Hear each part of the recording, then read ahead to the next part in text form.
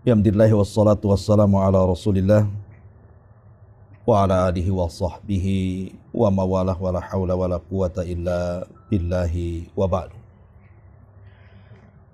Alhamdulillah, di subuh kali ini kita bisa diperjumpakan kembali di mushola hotel ini. Mudah-mudahan Allah subhanahu wa ta'ala memberikan keistiqomahan kepada kita sehingga kita terus bisa melaksanakan ibadah kepada Allah Azza wa Jal dan terus menuntut ilmu. Salawat dan juga salam tentunya tetap kita hadiahkan kepada Rasul kita Nabi besar Muhammad sallallahu alaihi wa ala alihi wasallam. Sebagaimana yang sudah kita sepakati, kita akan membahas di pagi hari ini tentang bahaya istidraj. Apa istidraj? Bagaimana bentuk-bentuk istidraj? Apa bahayanya? Tentu ini pembahasan yang menarik kita akan bahas karena istidraj ini perkara yang samar di tengah-tengah manusia, di mana ketika Allah subhanahu wa ta'ala membukakan nikmat kepada manusia, disangkanya bahwa Allah sedang sayang kepadanya. Padahal tanda sayang Allah subhanahu wa ta'ala bukan karena Allah membukakan dunia, tetapi banyak orang yang tertipu dan seolah-olah itu bagian daripada sayangnya Allah kepada dia. Dalam sebuah hadis yang dikeluarkan Al-Imam At-Tirmidzi, dan hadis ini juga dihasankan oleh sebagian para ulama, Nabi SAW mengatakan, ma yazalul bala bil mu'min wal mu'minati fi nafsihi wa waladihi wa malihi hatta yalqallaha ta'ala wa ma alaihi khati'ah. Kata Rasul, akan senantiasa ujian itu menimpa seorang mukmin laki-laki atau seorang mukmin wanita, baik pada jiwanya, pada anaknya, pada hartanya, sampai betul-betul dia akan menghadap Allah dan tidak ada sedikit pun dosa yang dihadapkannya. Dari sini kita tahu bahwa salah satu sunnatullah, manusia itu pasti diberikan ujian oleh Allah subhanahu wa ta'ala. Karena ada 3 kepastian yang pasti berlaku kepada manusia.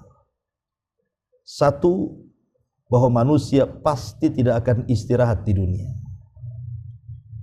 Akan terus ada cobaan dan demi cobaan yang akan menimpanya. Yang kedua, manusia pasti akan dibicarakan manusia. Maksudnya manusia akan dibicarakan manusia yang lainnya. Tidak ada satupun manusia yang tidak dibicarakan manusia yang lainnya. Kemudian yang ketiga, manusia pasti mengalami kematian. Inilah 3 kepastian. Makanya Allah subhanahu wa ta'ala mengatakan dalam surah Al-Ankabut ayat kedua dan ketiga itu, ahasiban nas an yutraku an yaqulu amanna wa hum la yuftanun. Walaqad fatanna alladhina min qablihim fala ya'lamanna Allahu alladhina sadaqu wa la ya'lamannal kadhibin. Apakah manusia itu mengira setelah mereka mengucapkan kami beriman, tiba-tiba mereka tidak diuji? Tidak. Kami sudah menguji orang-orang sebelum mereka, supaya Allah mengetahui siapa di antara mereka yang jujur keimanannya dan siapa di antara mereka yang dusta keimanannya. Artinya manusia itu akan senantiasa diberikan ujian oleh Allah subhanahu wa ta'ala, baik dari jiwanya, mungkin dengan sakit bahkan sampai kematiannya, baik dengan anak-anaknya, mungkin dia durhaka kepada orang tuanya, baik dengan hartanya, boleh jadi kemudian memfitnah hidupnya. Masalahnya di sana ada orang-orang yang sedikit ujian tetapi Allah Subhanahu wa taala bentangkan nikmat kepada mereka. Usahanya dimudahkan padahal tidak pernah salat. Kekayaannya ditambah padahal dia kikir. Dunianya dibentangkan padahal terus di atas kemaksiatan. Lah itulah yang disebut dengan istidraj namanya. Dalam sebuah hadis Nabi sallallahu alaihi wasallam mengatakan, "Idza ra'aitallaha yu'til 'abda minad dunya 'ala ma'asihi ma yuhib, fa innama huwa istidraj." Apabila engkau melihat Allah Subhanahu wa taala memberikan yang banyak, dimudahkan rizkinya, dimudahkan usahanya, dimudahkan ekonominya, padahal dia di atas kemaksiatan yang ia suka melakukannya. Kata Rasul, ingat itu disebut istidraj namanya. Kemudian Nabi SAW membacakan satu firman Allah Azza wa Jalla, surah Al-An'am ayat 44. Apa kata Allah? Falamma nasu ma dzukkiru bih fatahna alaihim abwaba kulla syai'in hatta idza farihu bima utu akhadnahum baghtatan fa idahum mublisun. Maka tatkala mereka melupakan peringatan yang telah diberikan Allah kepada mereka, diperintah itu malah pula mengerjakan. Lupa mereka bahwa di sana ada perintah, ada larangan. Maka kami pun akan buka semua pintu-pintu kesenangan kepada mereka. Orang-orang yang lupa itu. Sehingga apabila mereka di atas kegembiraan dengan dunia yang dicapai mereka, tiba-tiba azab datang sekonyong-konyong kepada mereka, maka mereka pun terdiam putus asa. Lihat bagaimana ayat ini menjelaskan. Ada sebagian orang itu yang ketika di atas kenikmatan dunia kepada mereka, mereka dilalaikan untuk berzikir kepada Allah Azza wa Jalla. Tapi kita bisa saksikan, ada orang-orang yang kemudian tanpa sadar akhirnya Allah azab di dunia sebelum akhirat. Tapi ada juga yang Allah biarkan sedemikian rupa mereka menikmati dunia, tapi ujian sedikit menimpa mereka. Bukan berarti kemudian mereka tidak akan diazab. Ada hari perhitungan di hadapan pengadilan Allah tentunya kelak pada hari kiamat. Sebab kalau seandainya orang-orang yang diberikan kesenangan di atas kezaliman mereka tidak diberikan hukuman, maka ini tidak menunjukkan keadilan Allah. Kalau ada orang yang kemudian mengambil harta manusia, kemudian dia menikmati apa yang ia ambil itu, kemudian dia bersenang-senang di dunia tanpa ada azab di akhirat, mana keadilannya? Kasihan orang-orang yang dizalimi akhirnya. Tapi Allah Subhanahu wa taala Maha Adil. Tidak di dunia, di akhirat Allah Subhanahu wa taala akan mengazab mereka. Kita lihat dalam Al-Qur'an itu ada kisah namanya Ashabul Ukhdud. Kisah Ashabul Ukhdud itu dijelaskan dalam surah apa? Dalam surah pendek dalam juz amma. Qutila ashabul uhdud an-nari dzatil waqud. Dalam surah Al-Buruj Allah Subhanahu wa taala menjelaskan bagaimana ganasnya ashabul uhdud itu ketika membakar 20.000 orang-orang yang beriman. Tapi Allah tidak menjelaskan dalam surah Al-Buruj itu hukuman bagi mereka. Padahal mereka sudah membakar orang-orang yang beriman itu 20.000 lebih, disebutkan oleh Ibnu Katsir itu. Dimasukkan ke dalam parit api. Tapi mereka tidak dijelaskan dalam Al-Quran, kok dibiarkan sama Allah, tidak diberikan hukuman. Maksudnya di dunia. Bukan berarti mereka tidak diberikan hukuman di dunia. Di akhirat, Allah Subhanahu wa taala menjelaskan bahwa mereka akan diazab dengan azab bakar. Artinya mereka akan dimasukkan ke dalam neraka. Makanya hati-hati seorang yang diberikan kekayaan di atas kemaksiatannya, kalau kemudian dibiarkan oleh Allah Subhanahu wa taala, bukan berarti Allah sayang kepada dia, tapi dia harus lebih hati-hati. Jangan-jangan Allah Subhanahu wa taala sedang membiarkannya untuk satu waktu Allah mengazabnya, naudzubillah. Ma'asyiral muslimin yang dimuliakan Allah Subhanahu wa taala, disebutkan dalam surah Asy-Syu'ara ayat 205 sampai 207. Allah Subhanahu wa taala mengatakan, afara'aita immatta'nahum sinin thumma ja'ahum ma kanu yu'adun ma aghna anhum ma kanu yatamatta'un. Maka bagaimana pendapatmu jika kami berikan kepada mereka kenikmatan hidup bertahun-tahun, kemudian datang kepada mereka azab yang telah diancamkan kepada mereka, niscaya tidak berguna bagi mereka apa yang mereka nikmati selama ini. Terkadang ma'asyiral muslimin yang dimuliakan Allah Azza wa Jalla wa tufillah, ada orang-orang itu yang ketika di dunia hidupnya tidak pernah sengsara, tidak pernah susah, mulai dari lahir sampai dia mati senang terus. Boleh jadi mungkin ayahnya orang kaya, orang tuanya bergelimang harta, tiba-tiba meninggal, dia mendapatkan warisannya. Artinya bukan jerih payah dia punya kekayaan itu. Akhirnya boleh jadi mungkin warisan itu dikembangkannya, akhirnya dia makin kaya, seolah-olah hidupnya tidak pernah sengsara, senang saja sampai dia mati. Tapi kata Nabi SAW, ada manusia yang hidupnya di atas kesenangan sampai dia mati, tetapi Allah takdirkan termasuk penduduk neraka. Maka Allah akan panggil orang itu.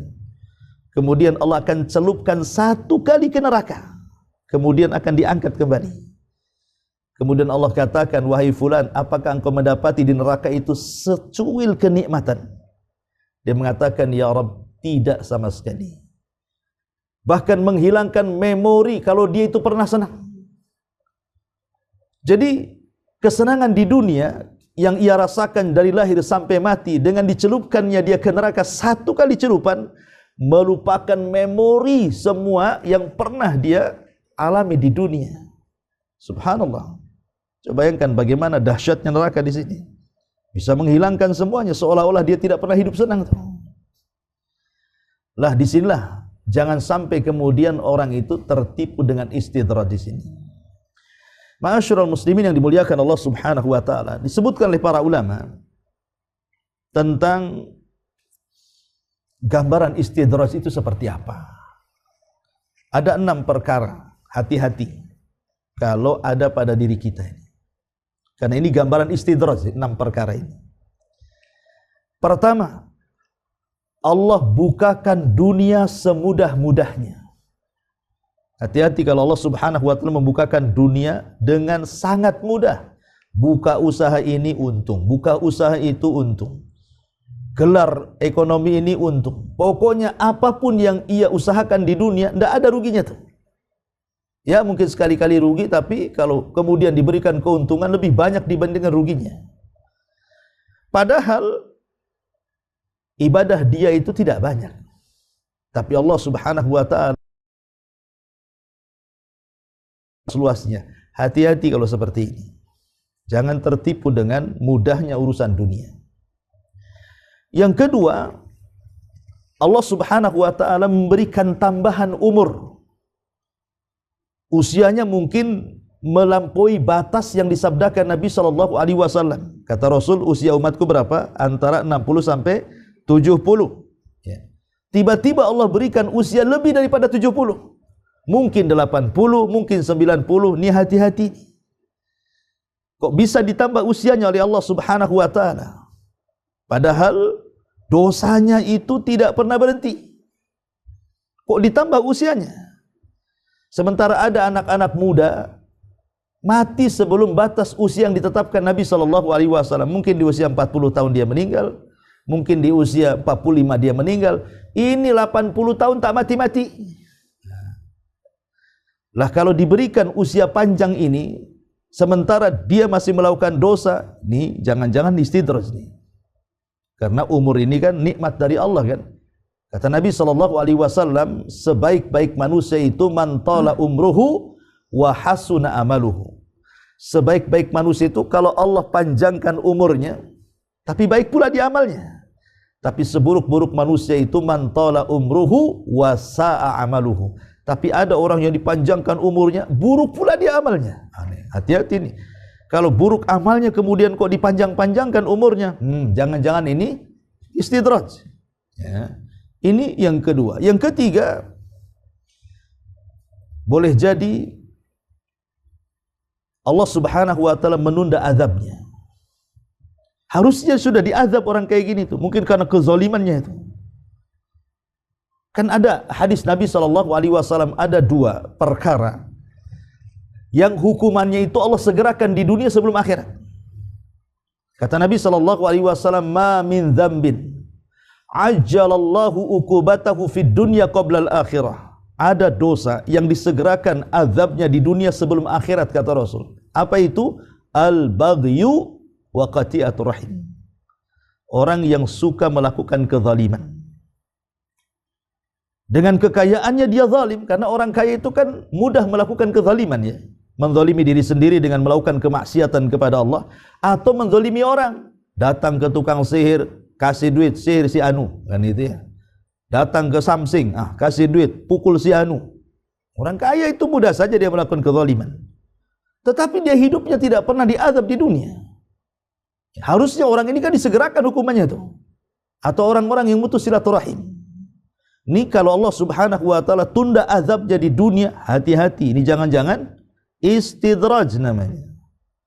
Kalau orang berlaku zalim kemudian tidak dihukum di dunia, ini istidraj namanya. Hati-hati, di akhirat dia akan diazab oleh Allah Azza wa Jalla. Ini yang ketiga. Yang keempat, nikmat dunia yang terus bertambah. Tapi iman pula tak tambah. Ya. Dunianya ditambah, imannya tak tambah.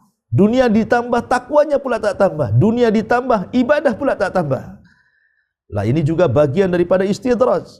Atau orang Allah mudahkan hidupnya, padahal maksiat tidak berhenti. Atau boleh jadi dilancarkan rizkinya, padahal dia kikir, bakhil, sombong, tetapi seolah-olah bertambah dan bertambah rizkinya. Padahal Nabi SAW mengatakan, dalam setiap hari Allah mengutus malaikat kan, mendoakan di pagi hari itu. Siapa yang infak, Allah tambah. Siapa yang kikir, Allah tahan hartanya. Tapi orang ini kikir tak ditahan pula hartanya itu. Malah ditambah-tambah pula sama Allah. Nih hati-hati. Orang seperti ini disebut istidraj namanya. Lah inilah 6 perkara. Kalau ada pada diri kita, maka berhati-hati. Karena ada sebuah kata-kata emas dari para ulama salaf. Bagus sekali kata-katanya. Apa kata ulama salaf ini? Khif min wujudi ihsanihi ilaika. Takutlah jika kamu selalu mendapatkan kebaikan-kebaikan dari Allah Subhanahu wa taala. Khif min wujudi ihsanihi ilaika. Wadawami isa'id wa wadawamu isa'atika ma'ahu an yakuna dzalika istidrajan. Sedangkan kamu tetap dalam kemaksiatan, jangan sampai kenikmatan itu justru menjadikan istidraj dari Allah. Kata ulama, takutlah kalau Allah Subhanahu wa taala terus ngasih kebaikannya, ngasih dunia, mudah usahanya. Justru kata para ulama, takutlah kamu kalau Allah terus berbuat baik kepada kita, sementara kita berbuat jahat kepada Allah. Jangan-jangan ini istidraj. Karena begini di masyarakat ya, kadang orang awam itu, dan saya pernah mendengar ucapan mereka itu. Jadi kalau seandainya Allah Subhanahu wa taala memudahkan usahanya, akhirnya dia kaya raya, seolah-olah itu tanda Allah sayang kepada dia katanya. Tapi sebaliknya kalau hidupnya belangsak gitu ya, melarat, susah ekonomi, itu dia suudon kepada Allah, seolah-olah Allah benci pula sama dia. Dan itu digambarkan dalam Quran kan. Kalau diberikan kekayaan dia mengatakan apa? Rabbi akraman. Allah sedang memuliakan aku katanya. Tapi kalau ditahan rizkinya, Rabbi ahanan. Rabbku sedang menghinakan aku. Ikhwan, orang kaya ataupun orang miskin itu bukan tanda Allah sayang. Ya. Karena namanya kekayaan itu bersyarikat masalahnya. Orang mukmin bisa kaya, orang kafir bisa kaya. Tanda sayang dari mana? Ya, Sulaiman kaya, Qarun juga kaya. Apakah kemudian Qarun dicintai Allah? Kan tidak juga. Kalau Allah cintai, kenapa Qarun dimasukkan neraka? Jadi kekayaan dunia ini bersyarikat antara mukmin kafir, bahkan antara manusia dan binatang. Jadi apa yang dibanggakan dengan kekayaan? Toh juga berserikat semuanya. Makanya itu bukan tanda sayang. Boleh jadi itu tanda istidraj. Allah sedang menyuapi kita dengan kekayaan, sementara kita tidak paham bahwa itu adalah istidraj, akhirnya hidupnya celaka. Ma'asyiral muslimin yang dimuliakan Allah Azza wa Jalla, pertanyaan pun muncul. Kenapa Allah berikan istidraj coba? Kenapa Allah itu biarkan si fulan itu jadi kaya terus makin kaya, yang miskin pula makin miskin? Kenapa Allah Subhanahu wa taala membuat mereka seperti itu? Kenapa enggak diazab saja orang-orang kayak gitu itu? Sudah maksiat tapi diberikan kekayaan pula kan itu. Ada apa dengan Allah ini? Karena ada orang yang kemudian menganggap tidak adil. Kenapa saya hidupnya miskin terus kok si anu kaya terus? Kenapa saya ini susah terus hidupnya kok si anu itu senang terus kan itu? Tentu akan terbentik pertanyaan seperti ini. Ya. Pertama, kenapa Allah Subhanahu wa taala melakukan seperti itu? Membiarkan si kaya makin kaya padahal di atas kemaksiatannya. Pertama, karena sebenarnya Allah sedang memberikan waktu kepada mereka. Bertobat enggak? Ya. Kembali enggak? Sadar enggak? Taat enggak kan itu? Dibiarkan itu. Yang kedua, sengaja Allah Subhanahu wa taala menumpuk-numpuk dosanya. Biar ditumpuk-tumpuk dosanya itu sampai pada waktunya dosa itu yang akan membinasakannya. Atau yang ketiga, sengaja Allah menyesatkannya sesuai dengan keinginannya. Kan Allah sudah berikan jalan nih, ini jalan yang baik. Dia memilih jalan yang tidak baik, itu kan kehendak dia. Tetapi ingat Allah Subhanahu wa taala katakan apa? Falamma zagu azagallah. Kalau mereka berpaling, Allah palingkan sekalian. Nuwallihi ma tawalla. Kami palingkan sesuai dengan selera mereka berpaling. Jadi Allah Subhanahu wa taala membiarkan mereka seperti itu karena keinginan mereka untuk berpaling dan keinginan mereka untuk tidak tobat dan keinginan mereka untuk mengikuti hawa nafsu. Makanya kenapa Allah Subhanahu wa taala biarkan mereka seperti itu. Sampai pada waktunya kata Allah, wa numli lahum inna kaidi matin. Kami biarkan mereka seperti itu, tapi ingat, tipu dayaku sangat manjur kata Allah. Tidak di akhir hayatnya, di dunia atau di akhirat kelak Allah azab Subhanahu wa taala. Lihat, dan saya saksikan juga ada orang-orang yang kaya, kematiannya itu susah sekali. Terkadang dibuat koma berbulan-bulan loh, dia kan merasakan sakit yang luar biasa tuh. Terkadang dibuat hidupnya itu susah di akhir hayatnya, dia tidak bisa menikmati kekayaannya. Sekarang begini, kalau dari muda ya, antum mencari harta, kemudian setelah tua kaya raya, tiba-tiba Allah Subhanahu wa taala kasih penyakit yang dia tidak bisa memanfaatkan kekayaannya. Contoh dia kena stroke, kemudian terbaring, kemudian di kursi roda, padahal mobilnya bagus, rumahnya luas, tamannya indah. Apa ini nikmati coba? Jalan ke taman rumahnya aja tak bisa. Mau makan aja disuapi. Lalu apa gunanya menumpuk-numpukan kekayaan kalau seandainya sudah tua tidak bisa menikmati, kan begitu? Itu namanya menyiksa diri namanya. Itu di dunia ada orang kaya itu yang tidak bisa menikmati kekayaannya loh. Bagaimana di akhirat coba? Dia akan ditanya dua soalan, dari mana kau dapati, kemana pula kau belanjakan. Dua soalan ini pasti harus dijawab. Dari mana kau dapat, kemana kau belanjakan. Ada orang yang terbebas dari soalan yang pertama, belum tentu dia terbebas dari soalan yang kedua. Atau sebaliknya. Seperti ada orang yang sudah mencari kekayaan dengan cara yang halal. Betul-betul halal. Banting tulang, keringat bercucuran. Memang betul-betul halal dari pagi sampai sore dia bekerja. Tetapi rupanya setelah mendapatkan uang, dia gunakan untuk maksiat pula kepada Allah. Memang dia selamat dari soalan pertama kan? Dari mana kau dapat harta? Halal ya Rabb. Kemana kau belanjakan? Untuk zina, judi online, ya, apalagi khamar, mabuk dan begitu seterusnya. Berarti dia tidak akan selamat dari soalan yang kedua. Ataupun sebaliknya, mungkin dia mengambil dengan cara yang culas, dengan cara yang curang. Tapi niatnya baik untuk menghidupi keluarganya, untuk berderma kepada orang-orang yang memang membutuhkan, itu dakwah dan begitu seterusnya. Memang dia selamat dari soalan yang kedua, tapi dia tidak selamat dari soalan pertama kan? Dari mana kau dapat harta itu?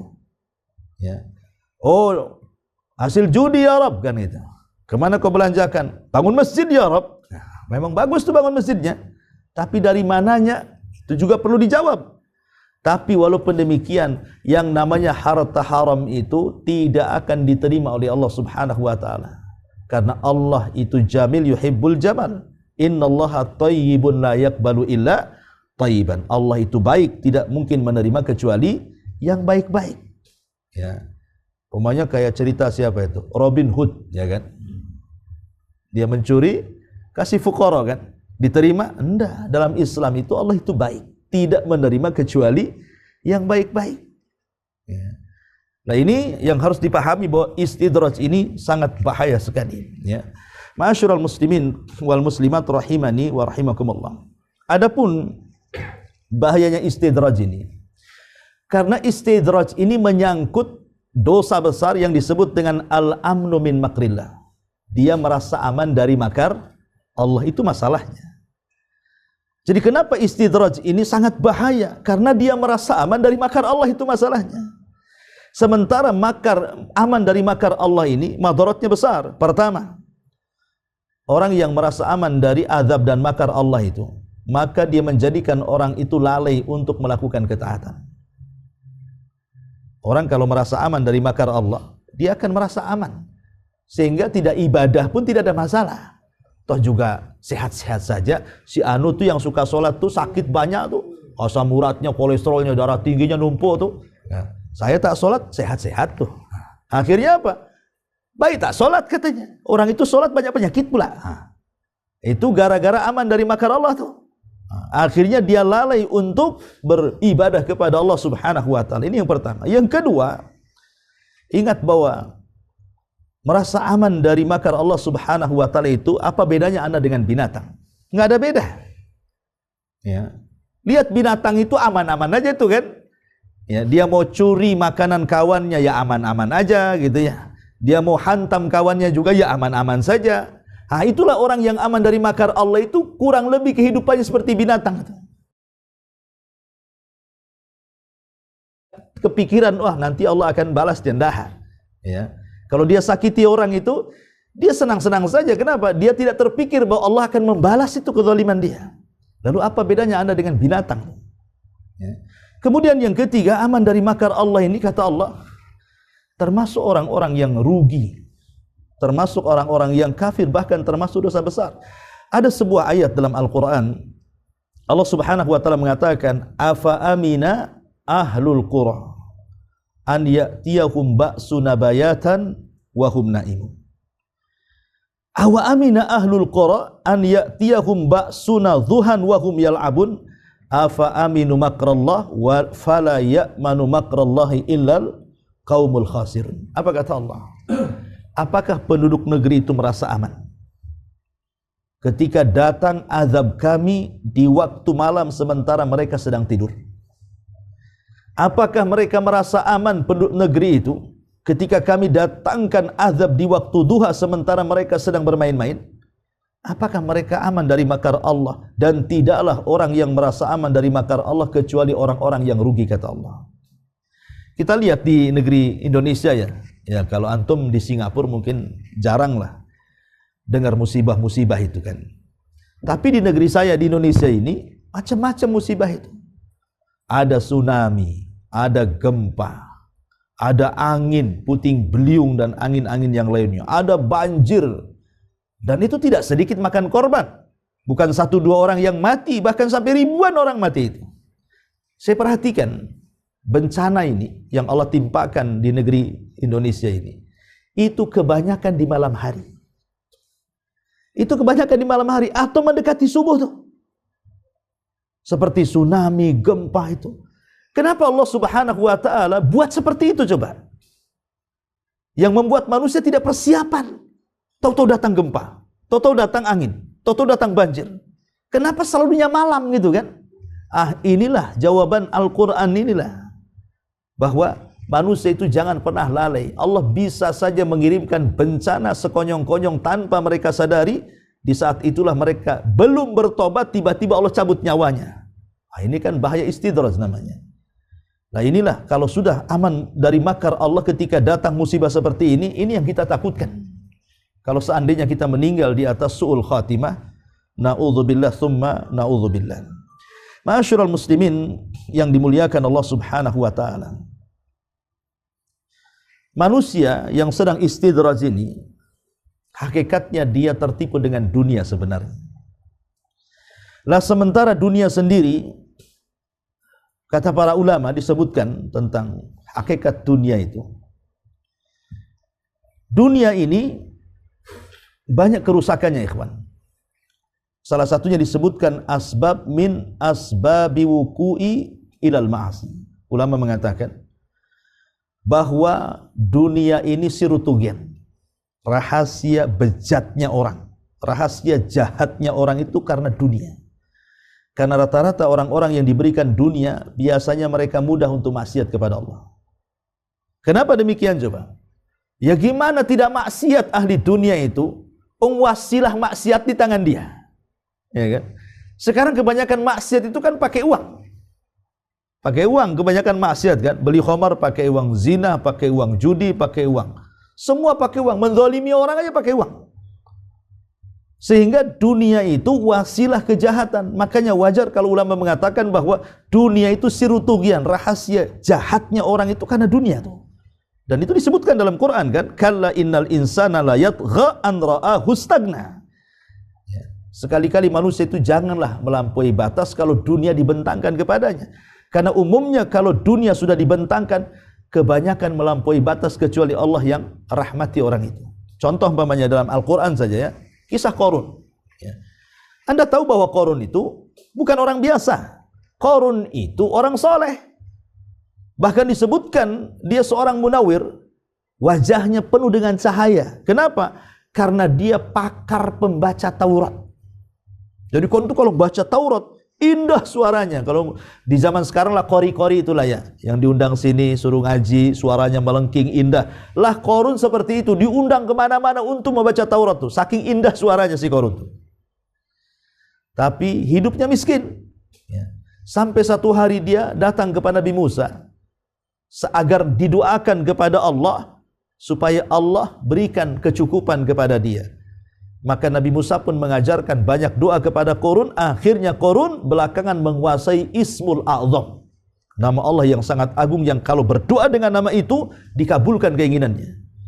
Sejak itulah Qarun akhirnya terus berusaha berdoa, akhirnya kekayaannya menambah sampai tidak ada manusia yang lebih kaya dibandingkan Qarun sejak zaman Qarun sampai hari ini.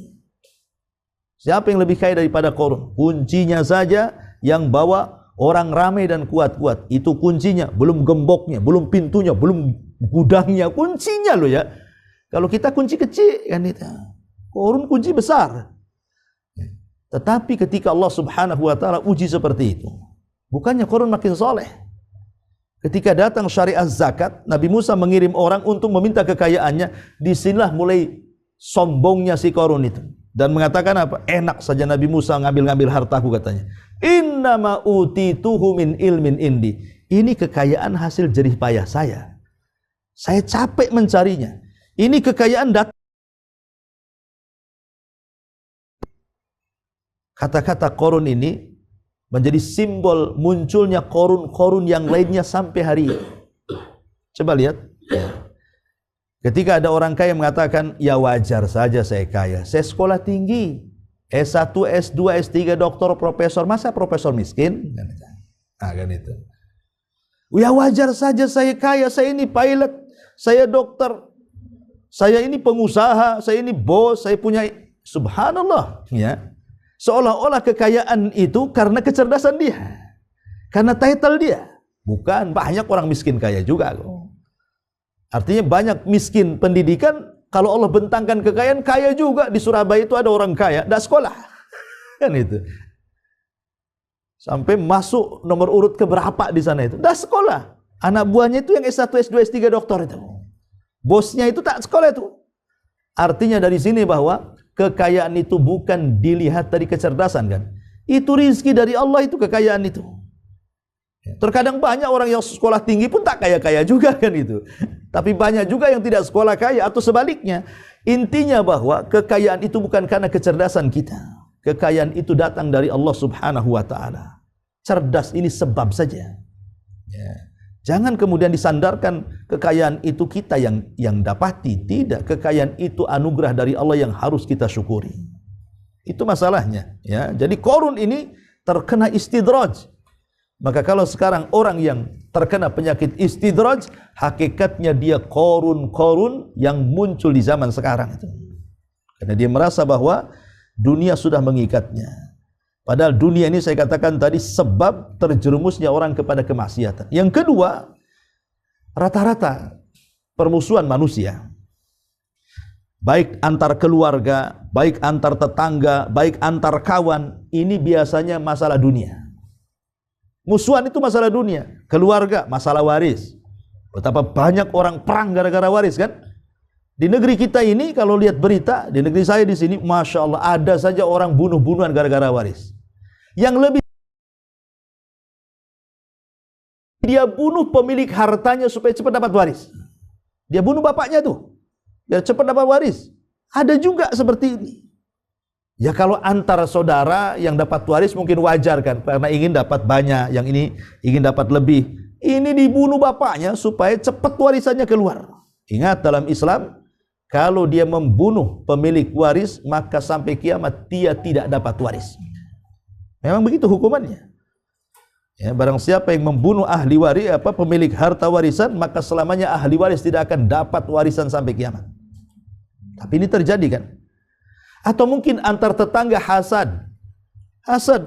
Kenapa kok si Anu itu senang kali rumahnya mudah pula ditingkat jadi 2, jadi 3, akhirnya darahnya naik itu. Si Anu naik rumahnya, dia pula darah naik. Nah, satunya naik darah, satu naik rumah. Ya kan? Tengok pula dia beli kereta bagus pula kan gitu. Dia naik kereta, ini naik ambulan. Sakit. Nah, dibawa ke rumah sakit kan gitu.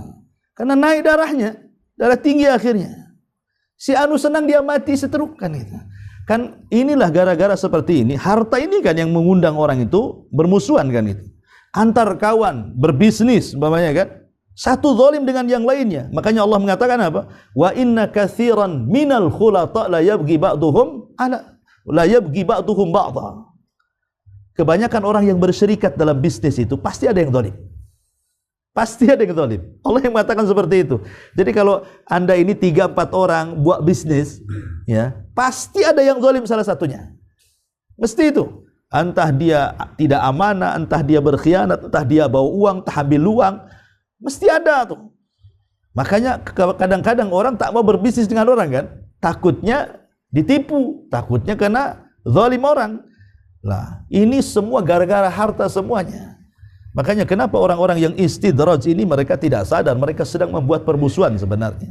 Ya. Ma'asyiral muslimin yang dimuliakan Allah Azza wa Jalla, ya terkadang juga merubah segalanya. Dunia ini merubah segalanya. Dulunya istiqomah, ketika datang dunia hilang istiqomahnya. Makanya Umar bin Khattab radhiyallahu an ketika dihabarkan bahwa Baitul Maqdis sudah runtuh dan dia disuruh untuk mengambil kuncinya. Karena ketika itu para pembesar orang-orang Nasrani yang ada di Baitul Maqdis itu tidak mau memberikan kunci kecuali langsung kepada Umar. Sementara Umar ada di Madinah. Ya. Maka Abu Ubaidah bin Jarrah mengatakan kepada pengawalnya, kirim surat ini, bilang sama Amirul Mukminin, datanglah dia ke Syam. Datang Umar ke Syam, ya kan? Dengan pakaian yang seadanya, tidak berubah sama sekali. Ketika kemudian sampai di Syam, maka dia ingin melihat kondisi prajurit, kondisi tentara, termasuk kondisi jenderal perangnya Abu Ubaidah bin Jarrah. Masuklah dia ke tenda Abu Ubaidah bin Jarrah. Kagetlah Umar bin Khattab karena rupanya tidak ada barang-barang mewah. Tidak ada barang-barang yang ya layaknya seorang jenderal. Kalau sekarang jenderal mesti rumah bagus, kereta bagus kan gitu ya. Ini tenda tak ada apa-apa. Sampai Umar mengatakan, apa yang dimakan Abu Ubaidah? Maka orang-orang mengatakan, apa yang kami makan dia makan gitu. Maksudnya tidak ada beda antara prajurit dengan dia. Maka Umar pun menangis. dan mengatakan, ya Aba Ubaidah, kulluna ghayyaratna dunya, katanya. Kami semua terubahkan dengan dunia, illa anta, kecuali kamu, katanya. Dunia merubah kami, tapi engkau kok tidak berubah dengan dunia, gitu maksudnya. Lah dunia ini, kata Umar bin Khattab, yang kita ambil petik hikmahnya adalah bisa merubah orang dunia ini. Kadang dulunya sholat, gara-gara dibentangkan tak sholat, ya. Dulunya rajin ke pengajian, gara-gara dunia tidak pun muncul lagi di pengajian. Dulunya istiqomah baik dengan orang, ketika dunia, oh jadi orang paling jahat. Begitulah dunia bisa merubah segalanya. Makanya kemudian Nabi SAW sampai mengkhawatirkan, lihat bagaimana keganasan orang yang hubud dunia itu. Rasul mengkiaskan dengan 2 serigala yang memakan seekor domba yang bersendirian. Bagaimana kalau ada 2 serigala, kata Rasul, sedang lapar, tiba-tiba ada seekor domba yang keluar dari kawanannya, sendiri dia. Pasti akan diterkam, dirobek, disobek, dimakan, pasti akan ganas. Kata Rasul, kejahatan 2 serigala ini ketika makan domba ini belum seberapa, kata Rasul, daripada orang yang rakus dengan dunia. Ya. Kenapa? Ya kalau 2 serigala ini hanya membunuh 1 ekor kambing saja, kalau sudah kenyang selesai. Ya. Tetapi orang yang hubud dunia nggak akan selesai. Walaupun dia sudah mendolimi 1 orang, dia akan dolimi yang lainnya. Dia akan mendolimi yang lainnya. Dia akan mendolimi, dan begitu seterusnya tuh. Itulah Nabi SAW mempermisalkan bagaimana bahayanya hubud dunia, dan itu diakibatkan daripada al-istidraj tadi. Di sinilah maka pandai-pandailah bersyukur kepada Allah Subhanahu wa taala kalau Allah berikan nikmat kepada kita. Minimalnya bersyukur itu ada beberapa rukun ya untuk mengakhiri kajian kita. Pertama, bahwa kita harus menasabkan nikmat itu datang dari Allah. Jangan seperti Qarun, dia menasabkan nikmat itu datang dari diri dia. Yang kedua, jangan sampai nikmat itu dibelanjakan kepada selain Allah, tapi belanjakanlah di jalan Allah Subhanahu wa taala. Kemudian yang ketiga, bahwa nikmat itu betul-betul digunakan dalam rangka ketaatan kepada Allah Subhanahu wa taala. Diberikan usia panjang ya untuk ibadah, diberikan harta ya untuk membantu saudaranya, diberikan apapun dari kenikmatan dunia ini, maka jangan sampai terlalaikan, karena bagaimanapun dunia ini bisa menipu seseorang dan bisa menjadikan jahatnya seseorang dan bisa menjadikan dia tanpa sadar diseret oleh Allah Subhanahu wa taala ke dalam jahanam. Wallahu alam, ini yang bisa saya sampaikan karena sudah hampir jam 6 juga. Baik, sebelum saya tutup, kita buat tanya jawab saja. Silahkan. Kalau ada yang mau tanya atau yang mau jawab juga nggak apa-apa. Silahkan Pak Sukiman. Ada Pak. Tak ada, Masya Allah, sudah cerdas, sudah paham. Masya Allah, punya ilmu laduni. Istimewanya Pak semua gitu. Tinggi ilmunya. 20 tahun belajar tak pernah ada soalan. Masya Allah. Pernah 1 kali di sini dulu? Pernah ya? Pernah. Lain macam tu Lain macam. Mimpi lah. Iyalah. Ya, mudah-mudahan yang sedikit ini bermanfaat. Insyaallah kita berjumpa di lain kesempatan. Mudah-mudahan kita diberikan usia panjang, dan panjangnya usia memperbaiki amalan kita. Subhanallah bihamdika, asyhadu an la ilaha illa anta astaghfiruka wa atubu ilaik. Allahu taala alam. Assalamualaikum warahmatullahi wabarakatuh.